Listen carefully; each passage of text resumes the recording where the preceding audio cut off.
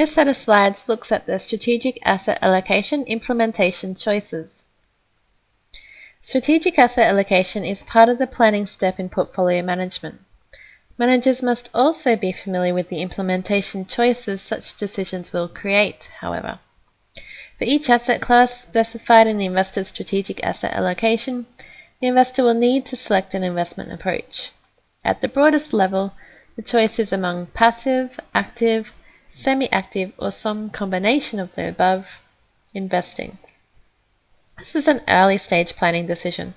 The factors that may affect this decision include the investor's return requirements and risk objective, the perception of informational efficiency, the availability of profitable active investment opportunities, the investor's self-perception of investment skill, costs, and peer practice.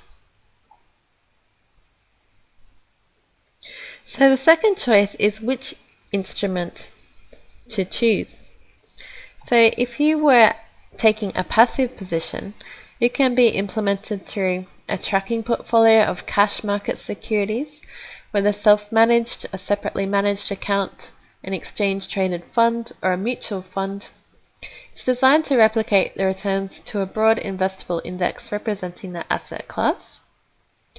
You could take a derivatives-based portfolio consisting of a cash position plus a long position in a swap, in which the returns to an index representing the asset class is received, or a derivatives-based portfolio consisting of a cash position plus a long position in index futures for the asset class.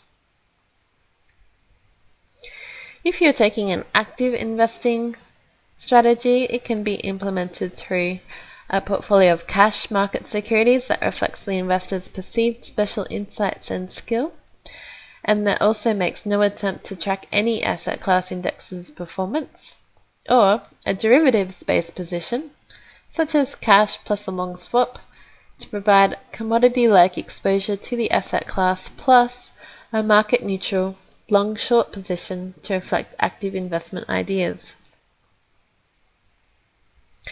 If you're taking a semi-active strategy to investing, it can be implemented through, amongst other methods, a tracking portfolio of cash market securities that permits some under or overweighting of securities relative to the asset class index, but with controlled tracking risk, or a derivatives-based position in the asset class plus controlled active risk in the cash position, such as actively managing its duration. Note that your investment policy statement will often specify particular indexes or benchmarks for each asset class.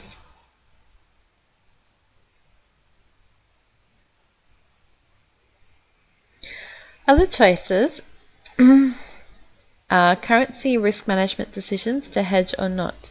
So if any money is allocated to a non-domestic asset class, the investor's portfolio will be exposed to currency risk, which is the volatility of the home currency value of non-domestic assets that is related to fluctuations in exchange rates. Therefore, the investor must decide what part of the net exposures to currencies to hedge or eliminate.